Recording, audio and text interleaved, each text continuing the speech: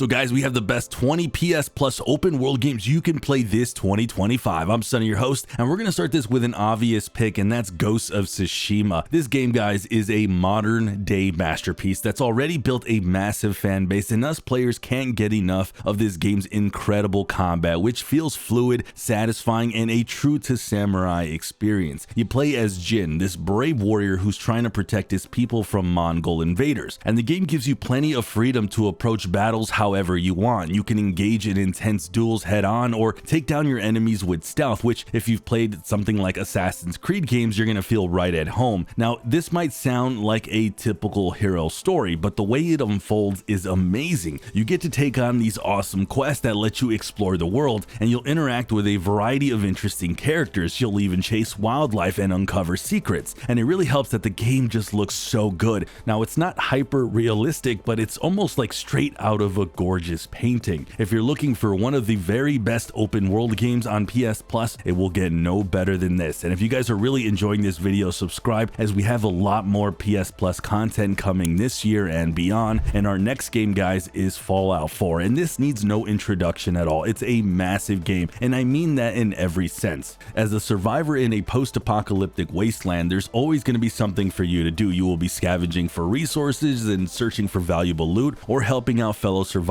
to build out, your reputation. While the main story is, it's just all right, it's really the crafting and the combat that really makes the game worth spending hundreds of hours. You'll be building settlements, you'll be customizing weapons, creating your own safe havens from this ruins of civilization, and it's really one of the things that's kept me hooked for a long time, is just kind of all these little sandbox elements, and it's got an unprecedented amount of depth to it, guys. Armor can break, food can go stale after a while, water needs boiling, that's if you play kind of like the hardcore plus mode, and a ton of other things that you kind of really need to keep in mind, which really makes the survival experience feel a lot more authentic. Plus, guys, it's only gotten better with PS5. It's got a next-gen update that introduces a performance mode supporting 60 FPS at 4K, and then quality mode that really enhances the visuals, and it goes all the way up to about 40 FPS. So if you guys haven't somehow played Fallout 4, especially this updated next-gen version, go out there and give it a shot. And our next game, guys, is seriously underrated in Days Gone. For someone who, like myself, who lives and breathes survival games, this one nails the experience of fighting to stay alive in a harsh, unforgiving world. The intense action of taking down hordes of zombies, or freakers like they're called here, feels incredibly satisfying. But what really sets this apart is how well it captures the tension of survival. You're constantly hunting for supplies, fixing your bike, and watching your back, but you actually don't feel like a helpless victim. Instead, you're like this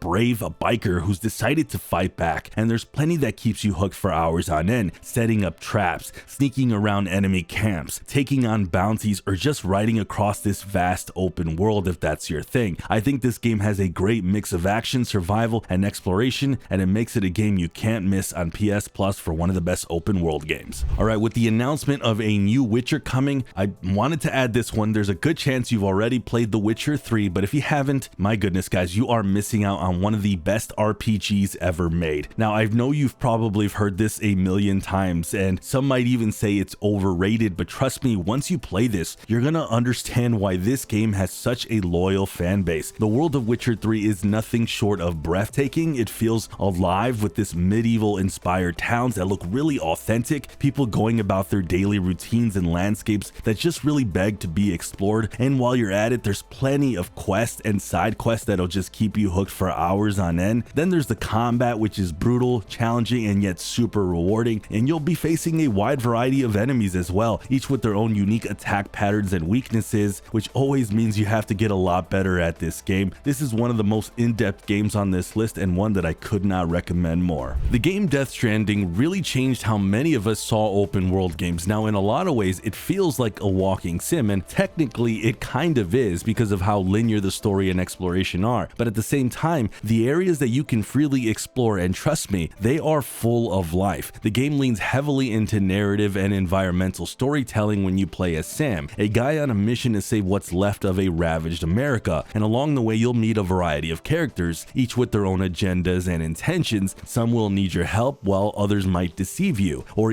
maybe even try to kill you. It's a dark journey, and while it's not like a full-fleshed horror game, it can still create this dread that keeps you really hooked all the way to the very end.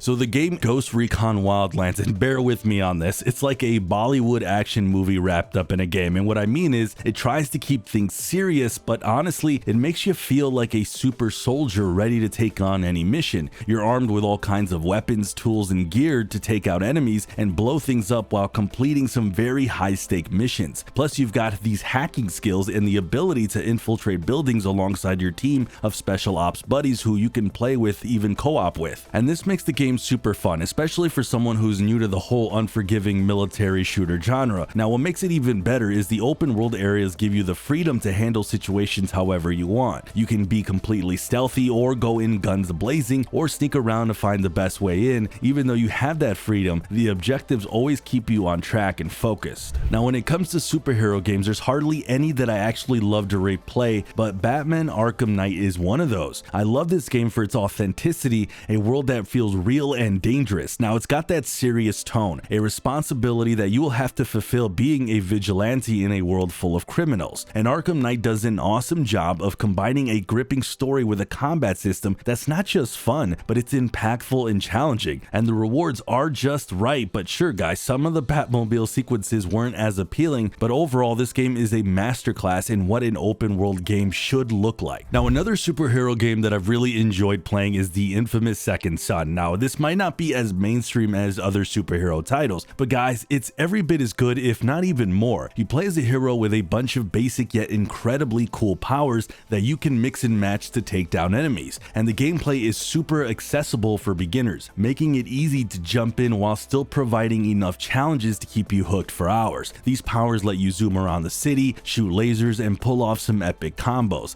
and the game has a decent story, but it's really the gameplay, the thrilling combat, and the smooth animations and stunningly gorgeous open world that make this a must play, especially if you have that PS Plus subscription. Now, Far Cry fans are in luck because with PS Plus you can play almost all the Far Cry games, including my personal favorite, Far Cry 3. The game has one of the most memorable and unhinged villains I have ever seen, and it comes with top-notch gameplay that keeps you hooked from start to end. It was really peak of Ubisoft's creativity, but it's been a while and you might want to give the new games a shot, especially Far Cry 5, which has some seriously satisfying plot twists, and it gives you a lot of freedom to choose your own path in taking down this strange cult and their deceptively cunning leader Joseph. It's a great open world shooter with plenty of weapons that I can easily recommend to anyone who loves shooting games and you love just a good, reliable open world to kind of explore and travel in. Now, a cool thing that us PS Plus subscribers also get access to are the best of Just Cause games, which is 3 and 4, and while both of these games are great, Just Cause 3 is a little bit more my type. It's got a solid story, an amazing way that it tells it. You play Rico Rodriguez, who's assisting an army of rebels against an evil dictator to protect his country and his people. Now, Just Cause 3 might be a little old, but it still looks amazing because of its rich and vibrant world, which is filled with collectibles, side missions, and the best part, guys, most of it is very destructible. It's a game that can really keep you busy for hours with missions that task you with destroying enemy bases, taking out an army of soldiers, or surviving some high-speed chases. And if you've already played this one, you will always have the choice to just play Just Cause 4 with PS Plus, which honestly is not too far behind. Now, Prey had a really rough start simply because the game was bugged, which pushed away a lot of players, but over the years, this immersive sim has made a solid space in a pretty niche genre. The game is super in-depth with brilliant level design and innovative mechanics that really sets it apart from the rest of the genre. And then you've got these tons of tools and equipment at your disposal, plus loads of freedom to tackle challenges your way, making for a totally unique experience. But I do have to warn you though, guys, the game can be pretty slow at times and it requires some dedication to figure out its twisted objectives and some seriously scarce resources. But when you finally get into this game, Prey can be incredibly satisfying. You'll find yourself hunting down these gruesome creatures, finding your way around these expertly crafted levels, and facing some very demanding survival elements that I really enjoyed from start to finish. The game Demon's Souls might not be as young as some of the other games on this list, but it's a true classic RPG that's an absolute must play. The game's often known for its difficulty and brutal combat, but it doesn't punish you outright. However, every time you died, things do change drastically, altering the environment and enemy behavior. Now, besides the combat, Demon's Souls also has this depth that requires dozens of hours of exploration and research to figure out the lore and really to make sense of the whole backstory. The game's in no hurry to help you figure things out either. You are mostly on your own, relying on cryptic NPC conversations, item descriptions, and atmospheric clues to really piece together the narrative. And unlike the newer Souls games, there are no frequent checkpoints or bonfires you can rely on, really making this game very brutal at times, but honestly, one of the most fun games you can play on this list. Now, if you've already played Gravity Rush, the original one, the sequel is a no-brainer. It builds upon everything that made the original a hit while giving you even more control over the movements. In Gravity 2, you can choose between the original Gravity, or you can make it lighter or heavier, each with its own feel and advantages. It really is a different kind of action-adventure game that takes a while for us to get used to, but when you do, guys, it actually feels great. The sequel picks up the story right from the original where it left off, continuing Kat's adventure as she befriends new characters to help her fight the enemies across a very stunningly gorgeous world. This is a unique game on this list, but one that I was very happy to add and one you should absolutely check out. The game The Long Dark is one that really offers a true survival experience without bothering you with like role-playing complexities that have kind of become part of the genre.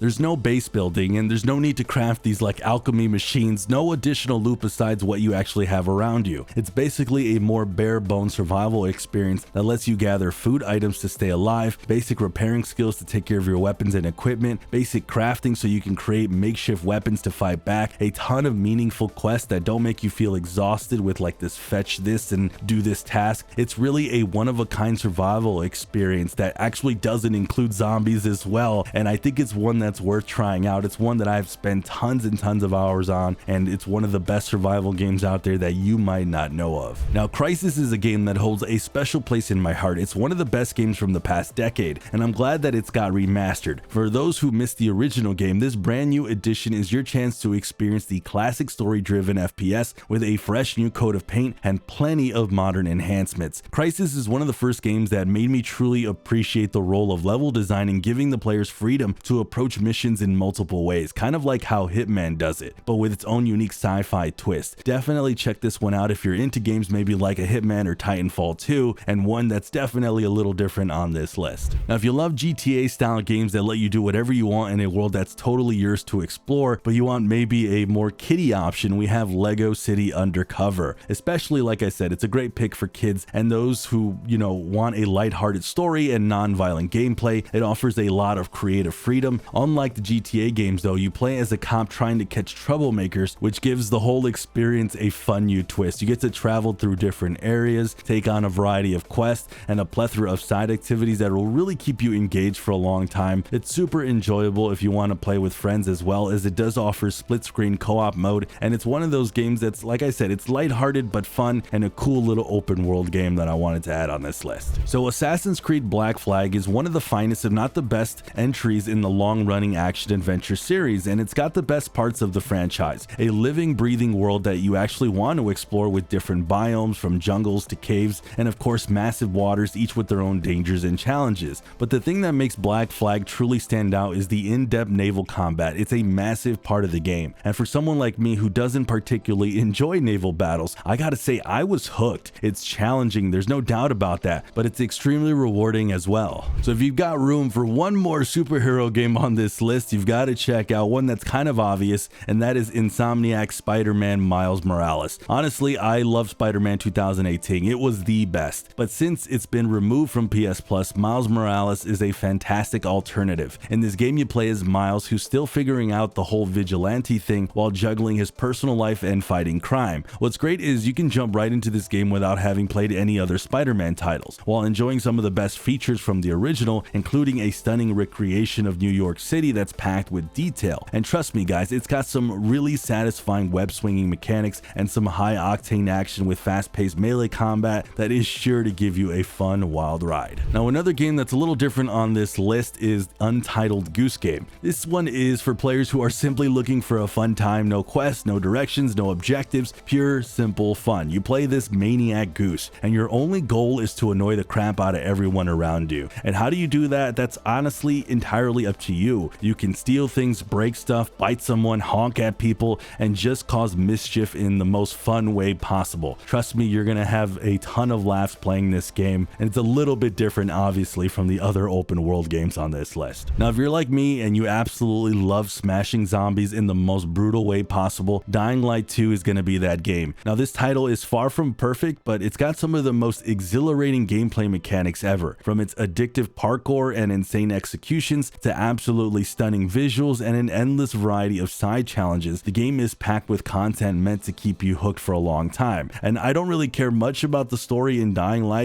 and it's not something you might remember anyways, but the rest of the game is brilliant. You would almost be really spending most of your time playing with friends with co-op, or just, solo, helping other survivors and doing side quests more than the main quests anyways. This should totally be on your list if you're looking for some more mindless action and you love killing zombies, and it's one of the best open world games you can play on PS Plus. Alright, our final game is one that if you're like into games like Breath of the Wild or Tears of Kingdom, you're gonna definitely want to check out Immortals Fenyx Rising. I really feel it's an underrated gem with gorgeous visuals and a nice decent story with a lot of focus on exploration and discovery that really keeps you busy as you look for different items and uncover secrets scattered throughout its vibrant mythological world. And then there's the combat, which is not as deep as other Ubisoft games, but it's certainly challenging and fun. It almost feels like if you were to play World of Warcraft and you're facing like these huge boss battles. You'll also be finding yourself solving lots of puzzles, which have a nice variety and a lot of challenge to them. Plus, there's also quite a lot of difficulty levels that make it great for both newbies and someone who enjoys a more challenging gameplay. It's really a fantastic mix of adventure, humor, and combat that deserves a lot more attention. And keep in mind, if you don't like solving puzzles, this game might not be for you. But with that, guys, if you want the very best PS Plus games you can play right now, check out that video on the screen.